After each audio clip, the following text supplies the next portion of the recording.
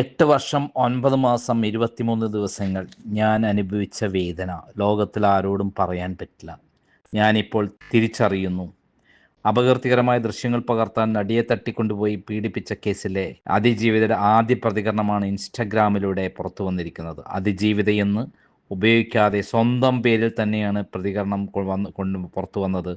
അതിൻ്റെ പൂർണ്ണരൂപം എല്ലാവരും വായിക്കേണ്ടതാണ്. കാരണം ഒരു കൂട്ടബലാത്സംഗത്തിനിരയായ ഒരു പ്രശസ്തിയായ ഒരു നടിയുടെ ഞെട്ടിക്കുന്ന വേദനയുടെ കഥയാണ് അവർ ഇപ്പോൾ പുറത്തുവിട്ടിരിക്കുന്നത്. കോടതി വിധിയെ അവർ കാണുന്നത് എങ്ങനെ എന്നുള്ളതാണ് വളരെ വ്യക്തമായി പറയുന്നത്. കാരണം നേരത്തെ തന്നെ ഈ കോടതിയിൽ വിശ്വാസമില്ല എന്ന് അവർ പറഞ്ഞതാണ്. എന്താണ് അവർ എഴുതിയിരിക്കുന്നത് നോക്കാം ഇൻസ്റ്റഗ്രാമിൽ. 8 വർഷം 9 മാസം 23 ദിവസങ്ങൾ, ഏറ്റവും വേദനാജനകമായ ഈ യാത്രയുടെ അവസാനമെന്നോണം വെളിച്ചത്തിൻ്റെ നേരിയ ഒരു കണിക ഞാൻ കാണുന്നു. പ്രതികളിൽ 6 പേർ ശിക്ഷിക്കപ്പെട്ടിരിക്കുന്നു. എൻ്റെ വേദനകളെ നുണയെന്നും ഈ കേസ് കെട്ടിച്ചമച്ച കഥയെന്നും പരിഹസിച്ചവർക്കായി ഞാൻ ഈ വിധിയെ സമർപ്പിക്കുന്നു. നിങ്ങൾക്ക് ഇപ്പോൾ അല്പം ആശ്വാസം കിട്ടുന്നുണ്ടാകുമെന്ന് ഞാൻ കരുതുന്നു. ഒന്നാം പ്രതി എൻ്റെ പേഴ്സണൽ ഡ്രൈവറായി ഇരുന്നു എന്ന് ഇപ്പോഴും പറയുന്നവരോട് അത് ശുദ്ധമായ നുണയാണ്. അയാൾ എൻ്റെ ഡ്രൈവറോ എൻ്റെ ജീവനക്കാരനോ എനിക്ക് ഏതെങ്കിലും രീതിയിൽ പരിചയമുള്ള വ്യക്തിയോ അല്ല. 2016 ഞാൻ വർക്ക് ചെയ്ത ഒരു സിനിമയ്ക്ക് വേണ്ടി പ്രൊഡക്ഷനിൽ നിന്നും നിയോഗിക്കപ്പെട്ട ഒരാൾ മാത്രമാണ് അയാൾ. ഈ ക്രൈം നടക്കുന്നതിന് മുമ്പ് 1-2 തവണ മാത്രമാണ് ഞാൻ അയാളെ കണ്ടിട്ടുള്ളത്. അതുകൊണ്ട് ദയവായി നിങ്ങൾ നിങ്ങളുടെ അഭിരുചിക്കനുസരിച്ച് കഥകൾ പറയുന്നത് നിർത്തുമെന്ന് കരുതുന്നു. ഈ വിധി പലരെയും ഒരുപക്ഷെ നിരാശപ്പെടുത്തിയിരിക്കാം, എന്നാൽ എനിക്കതിൽ അത്ഭുതമില്ല. 2020 അവസാനം തന്നെ ചില അന്യായമായ നീക്കങ്ങൾ എനിക്ക് ബോധ്യപ്പെട്ടിരുന്നു. കുറ്റാരോപിതരിൽ ഒരാളുടെ കാര്യത്തിലേക്ക് അടുക്കുമ്പോൾ മാത്രം കേസ് അതുവരെ കൈകാര്യം ചെയ്തു വന്ന രീതിയിൽ നിന്നും മാറ്റം സംഭവിക്കുന്നു എന്നത് പ്രോസിക്യൂഷൻ മനസ്സിലായിരിക്കുന്നു. കഴിഞ്ഞ കുറച്ച് വർഷങ്ങളായി എനിക്ക് ഈ കോടതിയിൽ തീർത്തും വിശ്വാസമില്ലെന്ന് പറഞ്ഞുകൊണ്ട് ഞാൻ പലതവണ ബഹുമാനപ്പെട്ട ഹൈക്കോടതിയെയും ബഹുമാനപ്പെട്ട സുപ്രീം കോടതിയെയും സമീപിച്ചിരുന്നു. ഈ കോടതിയിൽ നിന്നും ഈ കേസ് മാറ്റണമെന്നുള്ള എൻ്റെ എല്ലാ ഹർജികളും പക്ഷേ നിഷേധിക്കുകയായിരുന്നു. അതിൻ്റെ വിശദാംശങ്ങൾ ഇതിൻ്റെ അവസാനം ഞാൻ ചേർക്കുന്നുണ്ട്. നിരന്തരമായ വേദനകൾക്കും കണ്ണീരിനും കടുത്ത മാനസിക സംഘർഷങ്ങൾക്കും ഒടുവിൽ ഞാനിപ്പോൾ തിരിച്ചറിയുന്നു, നിയമത്തിൻ്റെ മുൻപിൽ ഈ രാജ്യത്തെ എല്ലാ പൗരന്മാരും തുല്യരല്ല. തിരിച്ചറിവ് നൽകിയതിന് നന്ദി. ഉയർന്ന നീതിബോധമുള്ള ന്യായാധിപന്മാർ ഉണ്ടാകുമെന്ന് തന്നെയാണ് ഞാൻ ഇപ്പോഴും വിശ്വസിക്കുന്നത്. ഈ യാത്രയിൽ അത്രയും കൂടെ നിന്ന മനുഷ്യത്വമുള്ള സകല മനുഷ്യരെയും ഞാൻ നന്ദിയോടെ ചേർത്ത് പിടിക്കുന്നു. അതുപോലെ അധിക്ഷേപകരമായ കമൻറ്റുകളും പണം വാങ്ങിയുള്ള നുണക്കഥകളും ഉപയോഗിച്ച് എന്നെ ആക്രമിക്കുന്നവരോട് നിങ്ങളത് തുടരുക. അതിനാണ് നിങ്ങൾ പണം വാങ്ങിയിരിക്കുന്നത്. എന്തൊരു ഹൃദയഭേദകമായ ഒരു കുറിപ്പാണെന്നറിയാമോ? കാരണം സ്വന്തം ജീവിതത്തിലുണ്ടായ അനുഭവമാണ് ഈ നടി പച്ചയ്ക്ക് വിളിച്ചു പറയുന്നത്.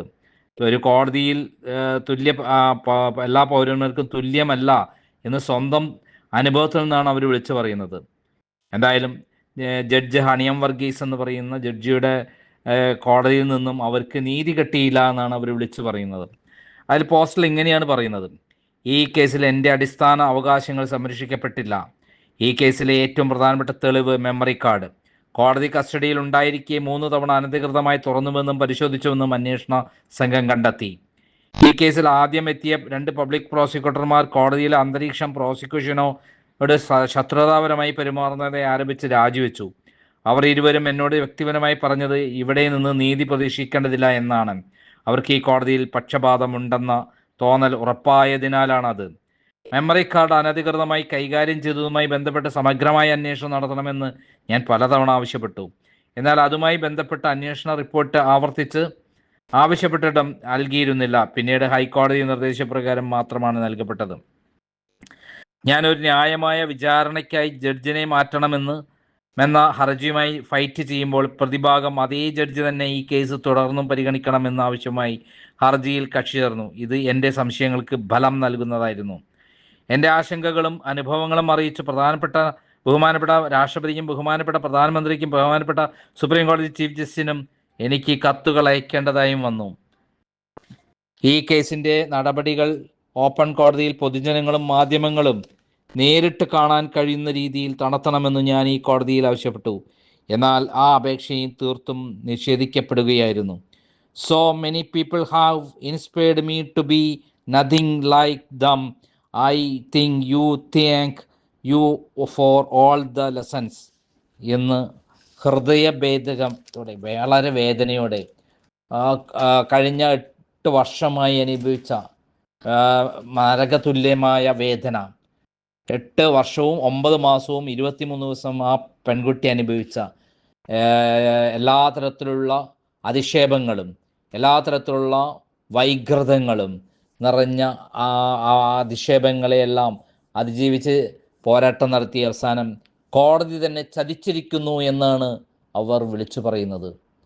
അത് തീർച്ചയായും ജുഡീഷ്യറിയിലുള്ള വിശ്വാസം ജനങ്ങൾക്ക് നഷ്ടപ്പെടുന്ന ഒരു കാര്യമാണ്.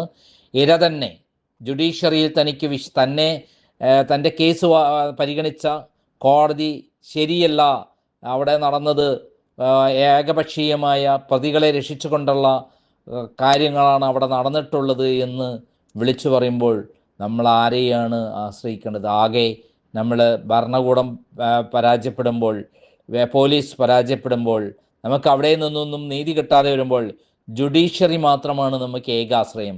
ആ ജുഡീഷ്യറിയും ഇതുപോലെ പ്രവർത്തിച്ചാൽ നമുക്ക് ഈ നാട്ടിൽ ജീവിക്കാൻ പറ്റും? നമുക്കെങ്ങനെ നീതി ഉറപ്പാക്കാൻ പറ്റും? ഹൃദയഭേദകമായ ആ പെൺകുട്ടിയുടെ നിലവിളി, പൊട്ടിക്കരച്ചിൽ ആണ് ഈ കുറിപ്പിലൂടെ പുറത്തു വരുന്നത്.